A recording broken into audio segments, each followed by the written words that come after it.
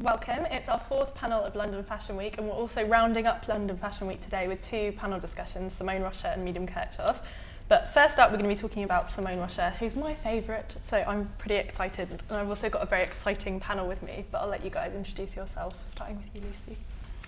I'm Lucy Moore, and I co-own with Lily Cole a beautiful fashion and photography bookshop in Charing Cross Road called Claire de Rouen Books. I'm Bel Jacobs, I'm a freelance fashion writer.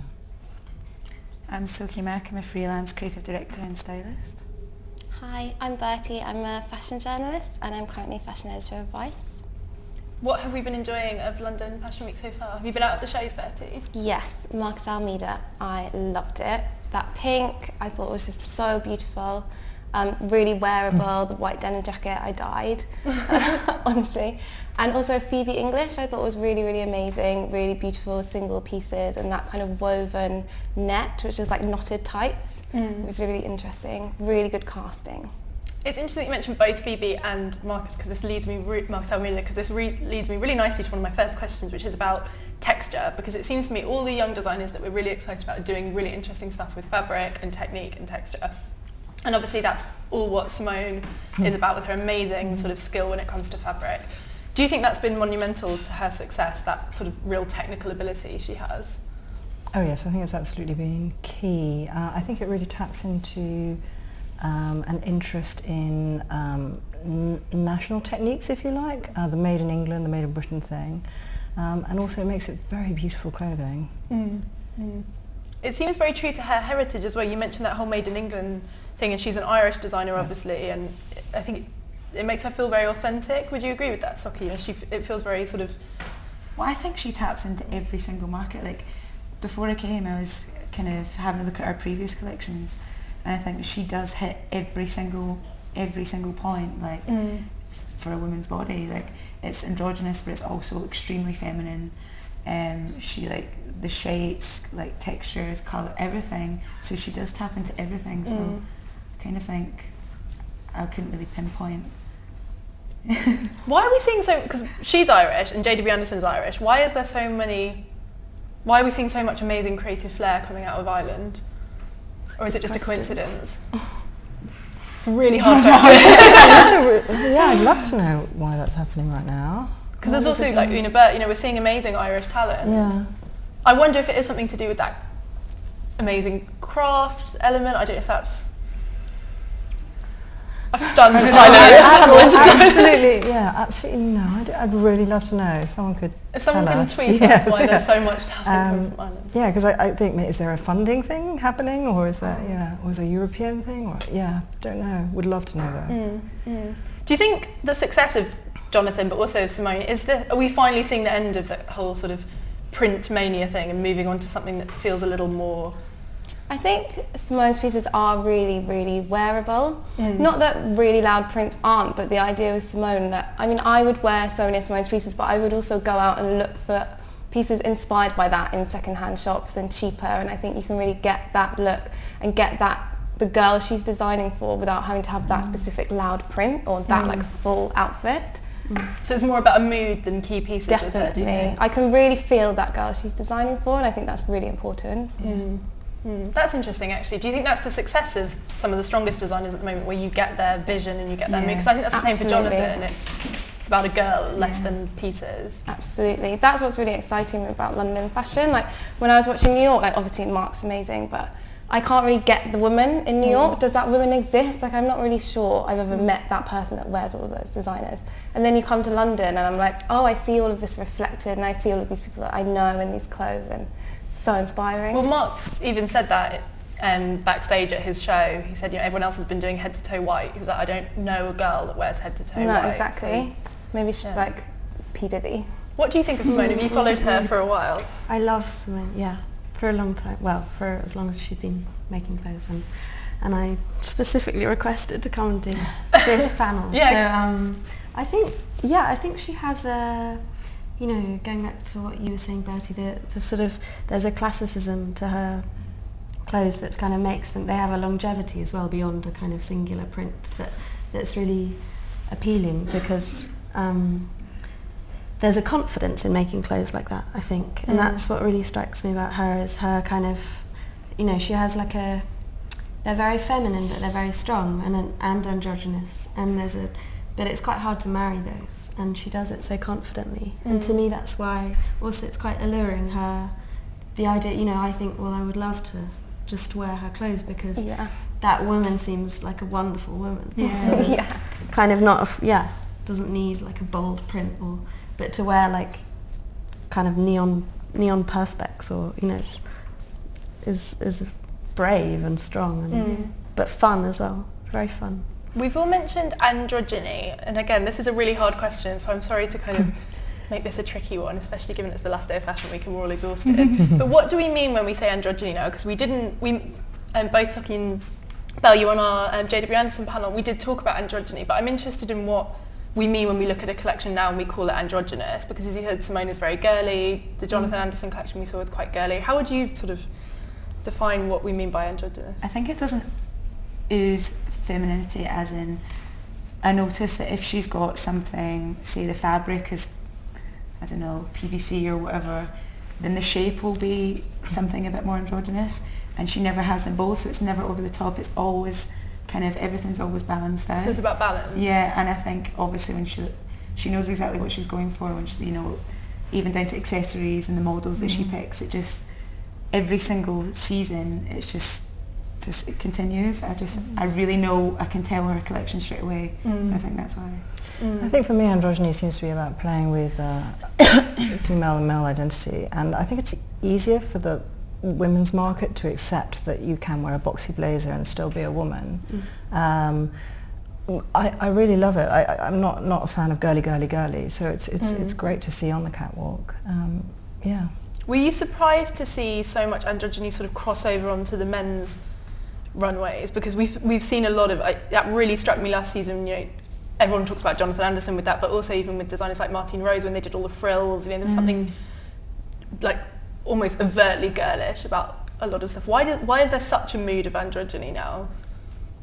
I guess there are a lot of questions of gender in the media at the moment, which people are asking. Ideas of like sexuality and gender online is really interesting, so perhaps the designers are reflecting that in their work. Tessa Edwards as well did a show which was really focused on that balance between like really extreme cliches of feminine and masculine. I'm not sure if I would call Simone Rocha necessarily like androgynous. I think it's just quite real, like it's definitely structured, but there's a softness to every piece that makes it like kind of genuinely feminine, as opposed to either really boxy and uncomfortable and that kind of like women's wear. But it's not very male either. It's not. It's kind of a good. It's just real. Yeah. It's a good balance. Yeah. Why though, when we look at Simone and Simone's doing so well and we're all singing her praises, on other runways are we still seeing cocktail dresses everywhere? Because, you know, if you look at the men's runways, there's a far more diverse vision of masculinity presented there and of masculine style. But if you look at the women's runways, it almost seems like when we get a different view of femininity, it's done as a trend. It's done like, this is the power woman, this is the masculine woman this season. But the bulk of so many of the collections is cocktail dresses. Who are these women that wear these kind of amazing dresses? Why isn't that changing? There's just women that can afford them, to be honest. I mean, cocktail dresses probably sell loads, so you had to send them down the runway. And I think there's a desire in the international. There's a desire in the international market for cocktail dresses as well. So you can imagine that sort of maybe in the Middle East or, you know, Europe, that, you know, they're going to need those kind of dresses. Yeah, and Russia, my God, you know what a huge market that is. But is that why women's wear perhaps sometimes feels a little less exciting than the men's? Is it because, and maybe that's why we clasp onto people like Simone who do something that isn't a cocktail dress? I think men have a lot more, a lot further to go before they get really excited. I mean, you know, the fundamental of the men's market is still an essential conservatism, isn't it? I mean, you're going to get it. It's going to be a very unusual man who goes for the JW Anderson, the collection that we talk about, and the frills, and that's what's very exciting about it. I think some of the things that are presented on men's catwalks aren't actually going to be accepted by men for a little while yet, but they're still being pushed. So do you think it's almost easier in a way for the men's catwalks to be exciting because there's so many more taboos left to break? Yes, exactly. Yes, exactly. Would you agree with that, Betty? You're nodding enthusiastically. Sorry, I nod loads. Yeah, you're doing a me, nodding. Let's talk a bit about Simone's codes and how she's kind of changed her aesthetic, because we were talking about some of the pieces that we all love, like those perspex brogues, not bros. When you think Simone, what kind of jumps out to you? What would you say, Lucy? I think definitely a sort of strong femininity that's not, where neither are kind of in conflict, and lace, you know, this kind of Irish, British kind of heritage of craft and textiles and beautiful cuts. And there's definitely in this show, you know, this kind of feeling of a very simple kind of folding of material around the body, and it's very sculptural.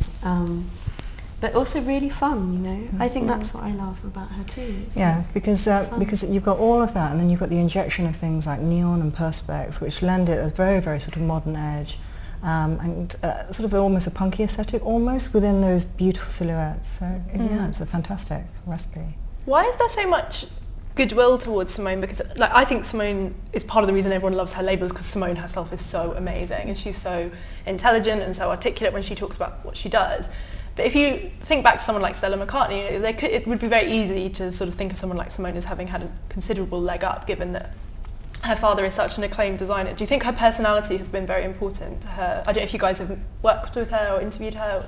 What do you think that her personality has been very important in her success? I think it's just because her collections are so genuine that it would be really unfair to say, oh well, she's just John Roche's daughter, she's just, you know, kind of off his back, she's got this gig, but it's just not the case, you know. Her collections speak for themselves. Her last collection was so strong, and it had such a strong feel of her and where she works and the people she's surrounded by, that you just couldn't really ignore that. One question that I want to ask, because we've got you here, Lucy, and I'm obsessed with, I always ask you questions about books and you're like, why are you doing this, Lucy? But one thing I love about the way Simone works is she references a lot, but she references in quite a conservative way. You know, she uses a lot of books, like, you know, the Pony Kids, Perry Ogden photography book that she used a lot. Do you get a lot of designers coming into your shop to use the books for references? Yeah. Do you like them? Do you go and do you talk to them? No, because I'm very lucky. I can tell within, you know, so a couple of weeks from now, or say a month from now, they'll come in and ask for certain things, and so I get a kind of idea. You get a sneak preview. Where things are going. It's really nice. And then I sell out of, you know, if anyone's late, I'm like, I don't have any books on that, sorry. What's the most popular books with designers? Well, it varies because there are different interests and influences, or, you know, research, sort of areas of research each season. It's a lovely way to kind of share photography. And a kind of, and also historical references. But Simone, yeah, you know, Simone came in recently, which was lovely, and she's, you know, she's wonderful because, as you know, we've been saying, she knows what she's doing, but she's also, I shared with her book one of my favourite artists whose works quite decorative and interestingly and very connected to pattern. And textiles, you know, and it was lovely because it's a kind of privileged position to introduce something, you know, and that's the best part of running a bookshop. Can you tell us? Go on. He's called Mark Camille Chamovitz. Okay, that's exciting. Great French artist. What do you guys, what do you think, and what do the rest of you think about the sort of diverse way that designers reference? Because I asked perhaps because we had Nicola Formichetti in earlier, who obviously uses Tumblr to reference and very focused on the internet. What do you think about the sort of different ways designers reference? Do you prefer it when there's that kind of lovely traditional story of them using books, or how do you think, what's the best way to reference? Is there one? I think Ashley Williams' way of referencing is great. Just put Elvis on a dress. It depends on what the product is and the result, really. I like the way Nicola is so very current. If you use Tumblr, you're really looking into what people are obsessing about now or thinking about now, which perfectly suits what he does anyway.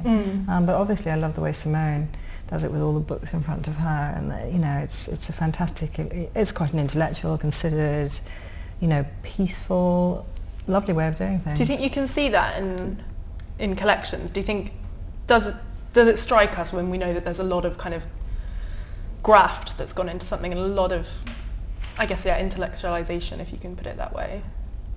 Well, I think you can see Simone's heritage from her work, definitely, because she does reference, her upbringing in Ireland and her love of traditional techniques, which I think she got from her father. Yeah. I think her father once mentioned that to me, and yeah, I think you can see it in her. Yeah, it's beautiful. How do you reference Soki? Do you use books or do you use online? Online, yeah. I think it depends on obviously what, in your head you obviously have a market to what you're kind of catered for, and right now Twitter, Instagram, Tumblr, that's kind of the main focus point. That's what I find so interesting about Simone, because in a way she is the kind of designer for that young style mag Instagram generation who put things on Tumblr, put things on Pinterest, but she seems to really be apart from that, and I'm interested how she's managed to do that while not seeming lofty or not seeming... Yeah, I think you have to say a lot about the styling, because I think someone in your last panel about Simone Rocha said you put those dresses with traditional high heel shoes and they look completely different. And so instead with Simone you've got the little punky hair things, you've got the beautiful brogues that everyone keeps talking about, you've got a very sleek design. It has a huge impact on how her label is perceived. No, that's a really interesting point actually. What are we expecting for this season? It's always really cruel when I do this, because then if we see it, do we want to see a continuation of what she's doing? Because I think everyone's been very pleased that she's done that, because it shows her confidence and also why fix something that's not broken. Yeah, more of the same actually. More of the same, development and ideas, tweaking, growth, something very beautiful. I don't expect her to suddenly get into mad patent leather one pieces at all. I'm really looking forward to it. Should we have a look at what she's done? It's a strong designer though when you just want more of the same, isn't it? When you're literally sitting there ready for more of the same. I'd happily just see last season again. So the music that went with the show was Joy Division. Unfortunately the soundtrack doesn't work on the stream, but... Amazing sort of collar thing. When I first saw that, I thought of Audrey Hepburn. As it got closer and closer, I thought, not Audrey Hepburn. But that's nice with Simone. It's that second look effect, isn't it? Also, you saw it for a flash on the first look, but they're wearing pearly hold-ups. Some of them are eyes. Oh God, those are amazing. As a kind of dropped. This is exactly your point, Belle, about the styling though. You think if you took off the socks and the shoes and put that with a heel, it could look incredibly prim and quite... I love those mohawks they're wearing. Yeah. And the models have real attitude, don't they? They look quite cross. It's a bit more grown up than last season. Yeah. It's a bit more wintry than last season as well. We've said this in a lot of panels, like no one seems to care about seasons anymore. But. Yes, you had to remind me that it was spring summer. I know. 2014, yeah. I just don't think it matters anymore. No, I don't think I can imagine teenage girls sewing fake pearls onto their socks at home now.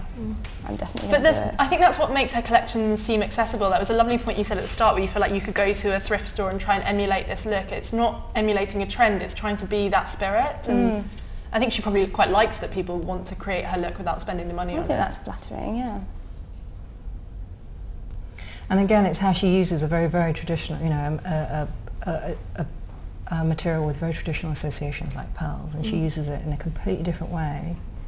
And I think her references never seem really overt. Like you could look at this and say pearly kings and queens, but it feels very kind of... She always manages to distill everything where it never feels too sort of... This to me feels sexier than what she's done before. Yeah. But she's definitely taking those kind of cliches of femininity and making them wearable and kind of softer. You're staying quiet, Soki. What's your take? I'm taking it in. I do think it's different. It's different. It's definitely different from my last, but I love it. Like I can't say there's nothing negative I can say so far. That's really beautiful. And there's a wonderful functionality, I think, with every, like there's this, it rains in the spring, and you just feel, I think I would feel protected as well wearing these clothes. So they're not, they show your skin, but they're comforting too. I like the way she's always played with transparency. She did some of those kind of peekaboo pieces, and I like the way she's kind of, there's something quite, it's quite intelligent about that kind of sort of sexiness that she plays with, and she's done that again this season with those sheer sort of panels on the skirts. That's beautiful. Is that the first colour we've seen? Yeah, that's the first colour we've seen.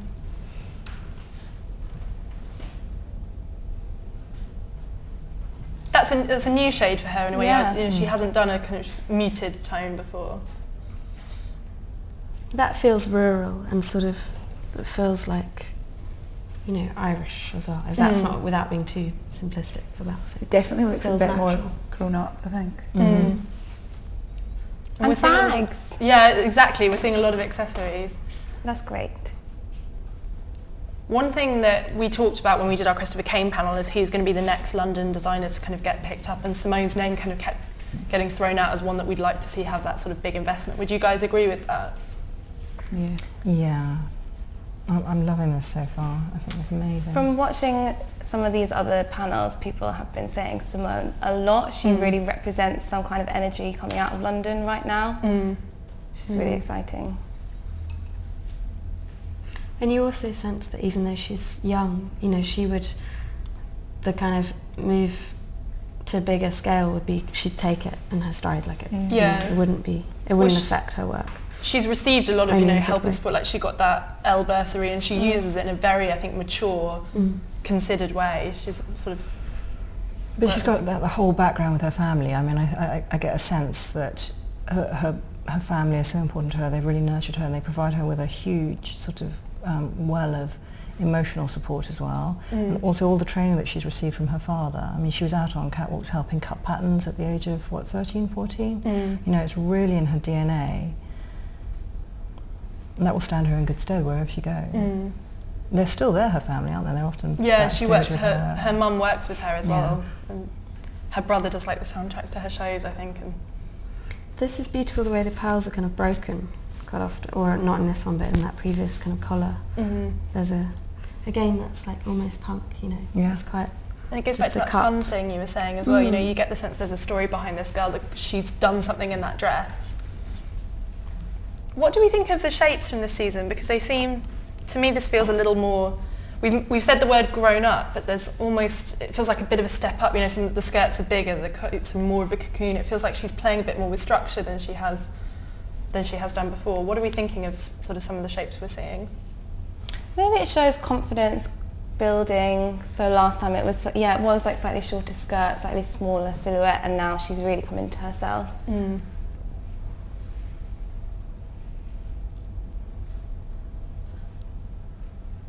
But it is still obviously classic Simone. Like you would recognise that from a mile off, which is such a talent. Those shoes are amazing, aren't they? I'm actually in love with the entire collection. Yeah, you just look stunned I'm into so silence. stunned because Are you calling pieces in your head already? no, because I'm thinking, like, obviously when I look at the sort of magazines that the publications you'd shoot this for, like, it fits every single type. Veils are so beautiful. There's something incredibly romantic about is what she does, fantastic, but without yes. feeling in any way sort of antiquated or cliched.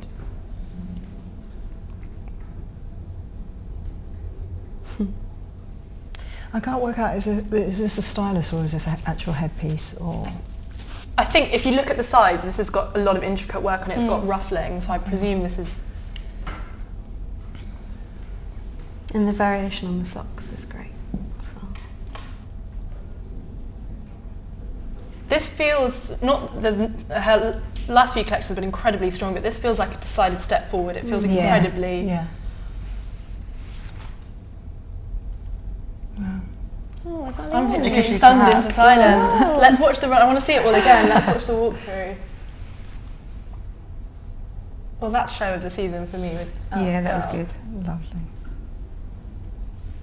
And I like that this is so signature. You know, it could have been a look of any of her previous seasons, and I love the confidence that she does that.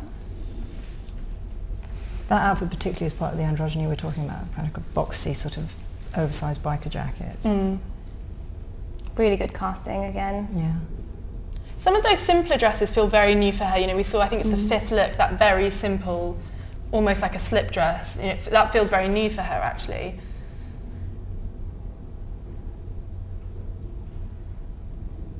That sheer panel is so, the little cutout.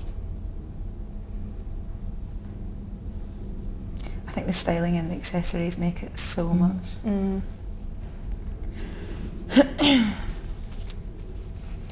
feel like we should be clapping. I know. Yeah. Let's wait till we see her and give her a clap. I want to see Simone. She's so cute.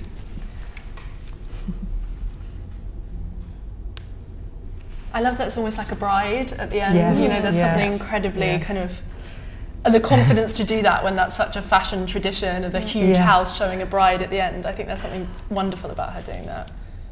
Yay! She's so adorable. So why was that so brilliant? I mean, it was a definite move on from previous collections, but it was such an organic, elegant step forward for her as well. And again, you want everything. It's really enjoyable, really lovely.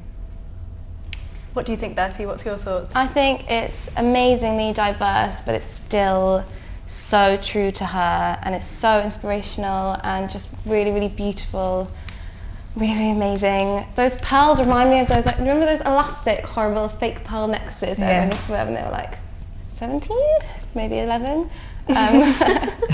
Yeah, she taps into that girlish thing of I want to make this, I want to do this, I want to, that fantasy element of getting dressed, I think, but in a way that feels very accessible. Yeah, it doesn't feel like the girl's been dressed. It feels like she's kind of done it herself. I think significantly the palette is really different from last season, isn't it? Because it was all those spring tones in autumn, winter, and now it's very monochromatic. Whites and that lovely beetly dark green. Yeah, that was so beautiful. What's your take, Soki? You just still look so happy. I'm just taking it. I sort of like, obviously with the interviews I've read on Simone, and the perception that I get from her is that she's young, cute, like she's a bit of like an airy fairy. And then you watch that collection, and I think that's why it's kind of so accessible, because you want to love her, and you like it just goes hand in hand with the collection and her. And I think, I don't know, I just really like it. I think that's probably my favourite show so far. We were talking about her personality, and wasn't there one show where she, on the invite, she put the image of the lane behind her house where she would go out with her mates. And where all the boys and girls used to go smoking. And they'd sort of, snog and all the, and there's something very real about her as well, and it's almost quite, it's almost quite difficult to connect the very real person she is with these amazing, beautiful, and yet they do obviously go together completely. But do you think? I think you can imagine them coming out of stuff that is very real for her. So like, I think that's what's lovely about the Pony Kids stuff, because it's not a fantasy world. I think you can imagine that being a drawing she did when she was a child of what she wanted to look like when she got married, or something kind of very real, and how she kind of elevates that. This is a really cruel question, Lucy, but could you, from the books that she came in and looked at, can you see that in the collection?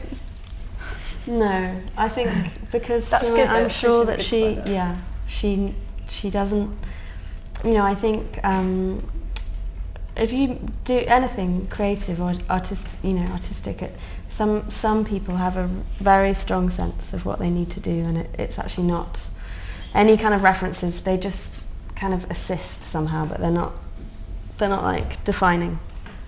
So I think, it makes sense that maybe she liked the books she bought, but it doesn't feel like they kind of affected her work so much. I think there is a realism to what she does, and a feeling that she's not really worried about, kind of constructing anything beyond that, which I love, coming from slightly outside of the fashion world, in a sense, I really respond to that, and I think that's what makes everyone respond to her, women sort of respond to her work. I think that's incredibly unique, actually. It sounds like a very simple concept of realism, but if you think on a lot of other catwalks, and if you read the press release, it was looking at this and that and this artist, and with her almost you don't need any explanation. There is an incredible authenticity to it. And I find it so annoying when there's like a 1,000-word press release, and it's like, do you really not trust your audience to like get that? Obviously you want to reference people that have inspired you, and obviously you want to talk about your collection, but you could watch that and you just get it. You don't need so much additional text. I don't really get it. I would actually love to see the show notes for that, even though I would love to see it too, but I'm just saying. I just want to go wear all of that as well. Is there something in it because she is a female designer designing for women? Yeah, 100%. Because a woman knows a woman's body, and a woman knows what a woman like, and the fact that she's so young, you can just tell, like, she knows exactly some people think too much into where her inspiration comes from, what market she's aiming to. She obviously is confident what she does and is just rolling with it, and you can see that it flows every season, and it's so strong. I would love to have had the Joy Division as well. Yeah. Because all the soft white and then Joy Division is perfect. And that punky green hair, I think, with the music would have been... Do you think there's something in that, if you look at the success of someone like Mary Katranzu as well, do you think... Are women better at designing for other women? There's been a huge... If you look at... That's a very simplistic question, but if you look at... There was a huge rush of male designers being incredibly successful. So you had Christopher Kane, Jonathan Saunders, Marios, and Roxanda was kind of the lone female working in that. And then there's Mary came, and then we got Simone. Is there a new mood of the kind of the female designer? You used to see it with sort of Stella and Chloe and Hannah McGibbon. I can't help thinking that there must be, but I just can't enunciate it further than that. I just can't help thinking that if you're a woman, you must have a better understanding of a woman's Do you think it's because it's less of a fantasy?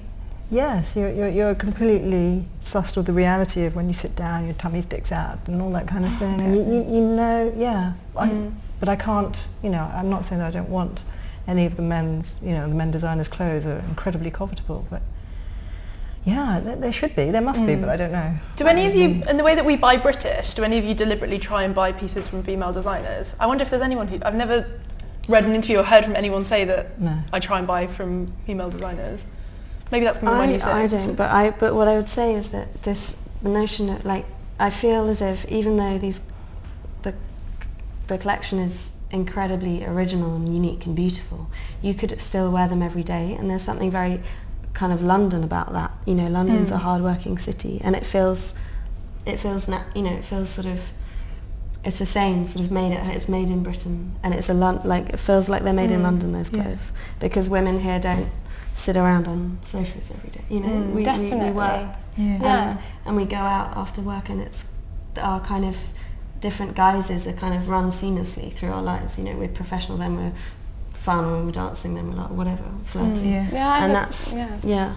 But you say there's something very London about that, and I completely agree. There's something about the London spirit, but I think that's not very London fashion as much as we wish it was. If you look at the neighbouring runways of this week especially, it's dresses, it's these pretty dresses with heels, and I wonder why we're not seeing that spirit reflected more. Maybe it is, as we're saying, maybe I'm being too London centric in my mindset, because these clothes aren't just tailored for London women, they're going off around the world, especially if you look at someone like Mary or Marios, that's where their market's going to be. But I think everything else that revolves around it, like the styling, the casting, it just seems, it gives off a British vibe. When you think of models like Cara Delevingne or something like that, and when I look at Simone Rocha, that's what I think of. I don't know if that's just my personal opinion, but that's what I kind of see. And I think the brogues, and obviously from last season, and the bags and the hair, I don't know, I just think it oozes London. She always does the hair a little bit messy, like they've been having some fun. Does Simone's success, and also the success of Jonathan Anderson with what he does in a similarly sort of, it's not obviously sexy, does that symbolise really the end of women dressing for men? Are there any women that dress for men anymore, or does this show that girls dress for themselves or they dress for other girls? Because I guess that's the one good thing that's come out of the street style mania, is women dressing for other women. In an ideal world, and Simone is definitely really nuanced in the women that she's presenting, so there's different elements of different kinds of moods and different people in her clothing, but there's always going to be that issue of wanting to feel sexy, and you obviously want to feel sexy for yourself, but there's a whole load of other reasons why you'd want to feel sexy, and you might want to look sexy for a man. That doesn't have to be a negative thing, and I think Simone's really shown that as well. You can own that, and you can be powerful, and that's a great thing, and that's London designers giving us that power. Would you guys agree with that? Yeah. I think men have changed. I mean, you say dressing for men. Men have changed. Men will love those clothes. Yeah, my partner would look at that and go, yeah, that's really cool. My boyfriend texted me from the show, I love the necklaces. I just got that it's a pearl necklace. We're all going to go and try and sew pearls onto our socks now. So what's next for Simone? Because we've talked about how we'd love to see her get sort of I mean, I have a real hunger, we were talking about it earlier, but I have a real hunger for her accessories. And, you know, not just, you know, the clothes are amazing, but I really want some of the crowns that she had from... Yeah, they're amazing. Yes, and the halos, and of course the brogues with the perspex heels. I couldn't really see what was going on foot-wise, I could tell they were flat, but yeah, I would love to see more accessories on sale that I could buy. So we want to see more stockists for her, more... Yeah. Would we be sad to see a big LVMH or Kering invest in her though? Would that concern us? You know, on our Christopher Kane panel, we talked a little bit about how the effect that can have on the way a designer operates. Is it nice to see her sort of on her own at the moment because it perhaps feeds into that authenticity? It feels like we all want her to do really well, but we also want to sort of protect her as well. That's like that classic argument, do you want your favourite band that's really underground to get into the charts? I don't know, you just have to wait and see, don't you? I wouldn't be surprised, but she's such a strong designer, I'm sure she'd own it. She'd own it. I think that's a good note to end on. She just owns everything. That was undoubtedly my favourite show of the season. That was absolutely incredible. An incredible panel, so thanks guys. Thank you.